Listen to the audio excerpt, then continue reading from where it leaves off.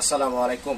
টানা ভারী বৃষ্টিতে পুরো ঢাকা শহরে কি পরিমাণ জলাবদ্ধতা হয়েছিল এবং এর পরিস্থিতি কতটা ভয়ঙ্কর ছিল, এই ভিডিওটি দেখলে এটা সুস্পষ্টভাবে ধারণা পাওয়া যায়।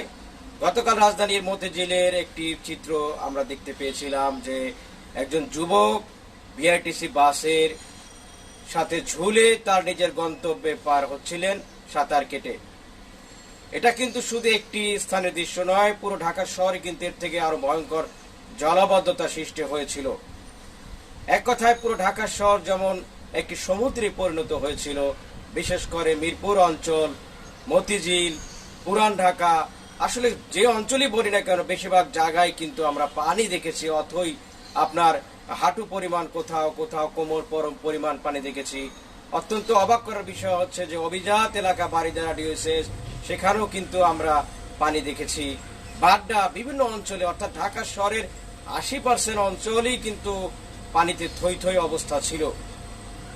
এই পরিস্থিতিতে আপনাদেরকে একটা বিষয় বলতে চাই যে বাংলাদেশের যে ঢাকা শহরের যে জলাবদ্ধতা যে কতটা ভয়ঙ্কর হতে পারে সেটা কিন্তু আমরা হারে হারে টের পেয়েছি।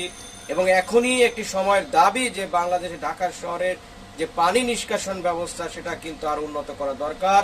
কারণ অদূর ভবিষ্যতে এর থেকে ভয়ঙ্কর বিপদের মুখে কিন্তু শহরবাসী পড়তে পারে।